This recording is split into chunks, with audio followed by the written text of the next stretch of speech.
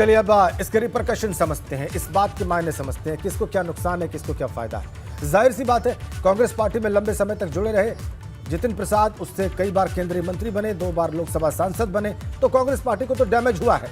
कितना हुआ है ये समझते हैं वीरेश पांडे से।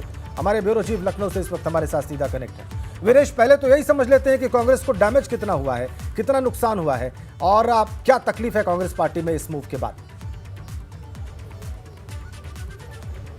देखिए राजेंद्र, अगर आप बात कर रहे हैं कि कांग्रेस को कितना नुकसान हुआ है, तो प्रदेश अध्यक्ष के कार्यालय में मैं मौजूद हूं और प्रदेश अध्यक्ष खुद यहां मौजूद हैं। इनकी आंखों से, इनके तजुर्बे से, इनके नजरिए से ये जानने की कोशिश करेंगे कि जितिन प्रसाद कांग्रेस के लिए कितना महत्व रखते थे, या उनके जाने से कांग्रेस पार्टी पर असर पड़ता है या नहीं पड़ता है। क्योंकि प्रदेश अध्यक्ष की कमान अजय लल्लू के पास है। अजय लल्लू स्वयं मेरे साथ मौजूद हैं कांग्रेस के मुख्यालय से। अजय लल्लू जी, जितिन प्रसाद जी के जाने का असर आपकी पार्टी पर पड़ेगा या नहीं पड़ेगा?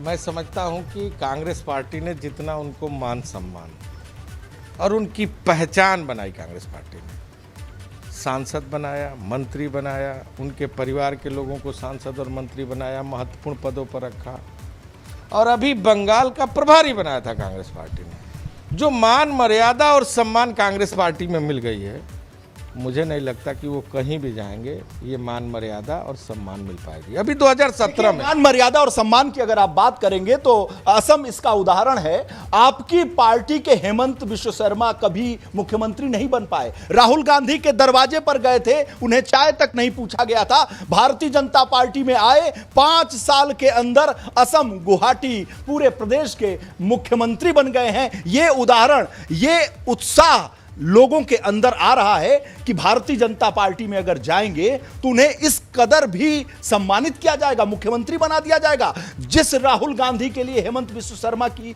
कोई कीमत नहीं थी, आज वो असम में मुख्यमंत्री हैं। मैं समझता हूं कि जो हेमंत जी की बात कर रहे हैं, उनकी पहचान पहले किसने बनाई, उनको विधायक किसने बनाया, किस पार्टी ने बनाया था, ये एक पहला सवाल। सबसे बड़ा सवाल कांग्रेस पर यह खड़ा होता है अजय लल्लू जी, सबसे बड़ा सवाल यह खड़ा होता है, या तो आप बोले नहीं तो मेरी सुनिए। जितिन प्रसाद जी को सांसद किसने बनाया? जितिन प्रसाद को पेट्रोलियम मंत्री किसने बनाया? HRD मिनिस्टर किसने बनाया? और पिछले साल 2017 में जो आदमी विधानसभा न जीत पाए, 2019 में लोकसभा न जीत पाए, तब इसमें पार्टी की क्या गलती? पार्टी ने उनको बंगाल का प्रभारी बनाया, वो पार्टी के साथ विश्वासघात नहीं तो और क्या? राहुल गांधी तो अमेठी से हार जाते हैं, तो इसमें पार्टी क्या क्या रह रही? तो मैं तो वही कह रहा हूं, आज पार्टी में है कि नहीं, बने हैं कि नहीं, मजबूती के साथ पार्टी के लिए लड़ रहे हैं कि नहीं लड़ रहे हैं। आज मोदी के खिलाफ, भारतीय जनता पार्टी के भ्रष्टाचार के खिलाफ, कुरीतियों के खिलाफ, कुव्यवस्था के खिलाफ अकेले एक व्यक्ति खड़े हैं जिसका नाम राहुल गांधी है। राहुल गांधी एक व्यक्ति हैं जो खड़े हुए हैं, लेकिन बात यहां सबसे बड़ा सवाल खड़ा होता है प्रियंका गांधी के नेतृत्व पर। प्रियंका गांधी ने जब से कमान उत्तर प्रदेश की संभाली है, ज्योतिरादित्य सिंधिया जो उनके कदम से कदम मिलाकर चलने के लिए उत्तर प्रदेश में मजबूती देने के लिए आए थे, वो साथ छोड़कर चले जाते हैं। जितिन प्रसाद साथ छोड़कर चले जाते हैं। सबसे बड़ा सवाल प्रियंका गांधी के नेतृत्व पर खड़ा होता है। ये सवाल जो आप कर रहे हैं, ये बताइए प्रियंका गांधी जी कब आई स्टेट में? 3 साल हुआ। इसके पहले वो मंत्री थे, इसके पहले वो सांसद थे। उस समय कांग्रेस पार्टी ने उनको सब कुछ दिया। क्यों नहीं आप ये पार्टी ने अगर सब कुछ दिया है, कांग्रेस पार्टी ने अगर जितिन प्रसाद को सब कुछ दिया है, तो जितिन प्रसाद के खानदान ने भी कांग्रेस पार्टी को दिया है। अजय लल्लू जी, भूलना नहीं चाहिए, जितेंद्र प्रसाद ने अपनी पूरा जान दिया है। उनके जो पिताजी थे जितिन प्रसाद के ग्रैंडफादर, वो भी कांग्रेस में रहे। मैं वही तो कह रहा हूं, क्या दिया है? अगर जितिन प्रसाद जी ने 10 साल में एक शाहजहांपुर जनपद में एक विधायक बना दिया हो, बता दीजिए। 10 साल में मंत्री रहे, एक विधायक जिता दिया हो तो बता दीजिए। जो आदमी विधानसभा सत्र में, प्रियंका जी तो अभी आई, बंगाल का प्रभारी बनाया गया। बंगाल में कहां थे?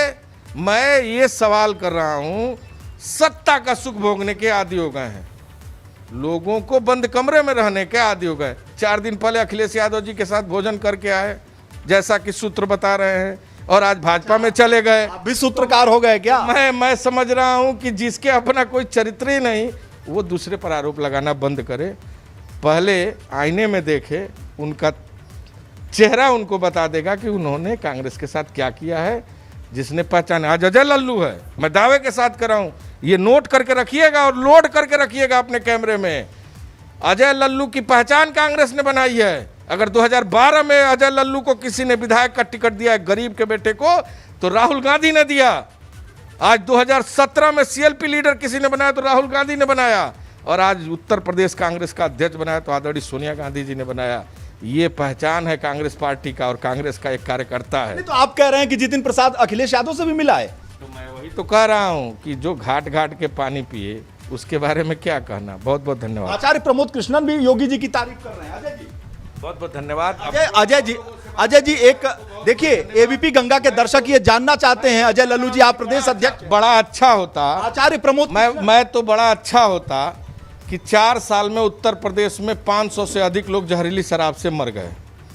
बदायूं में मरे, मुरादाबाद में मरे। अजय लल्लू जी, अगर कोई मरता है तो उसका भी सवाल हम खड़ा करते हैं, उनसे भी बात करते हैं, लेकिन सवाल ये खड़ा होता है कि आपकी पार्टी टूट रही है, इतने बड़े कद्दावर क्षत्रप टूट रहे हैं। सवाल प्रदेश अध्यक्ष से होगा, कहीं ये आपकी कमजोरी तो नहीं, प्रियंका गांधी राहुल गांधी की कमजोरी तो नहीं? मैं समझता हूं आपका सवाल भी है, लेकिन मेरा ये कहना है कि अलीगढ़ में 113 लोग मरे, उसके मौत का जिम्मेदार कौन है? देखिए, ये पॉलिटिकल सवाल जब होगा तो अब अगर सरकार से होगा, हम सारे सवाल को खड़ा करते हैं। जब अलीगढ़ में जहरीली शराब से लोग मरते हैं तो हम खबर चलाते हैं, जो भी कुछ होता है हम खबर चलाते हैं, लेकिन सवाल जितिन प्रसाद का है। जब खबर होगी जितिन प्रसाद जैसे कद्दावर नेता टूटेंगे, आपकी पार्टी से बड़े नेता टूटेंगे, तो सवाल तो खड़ा होगा। इस समय केवल आप जवाब ये दीजिए कि क्या जितिन प्रसाद आपके लिए महत्व रखते थे कि नहीं रखते थे? उनके जाने से आपकी पार्टी का नुकसान होगा कि नहीं होगा? देखिए, मैं समझता हूं कि आपने बंगाल में देखा, बहुत लोगों को तोड़ लिया भाजपा ने सीबीआई ईडी के डर से।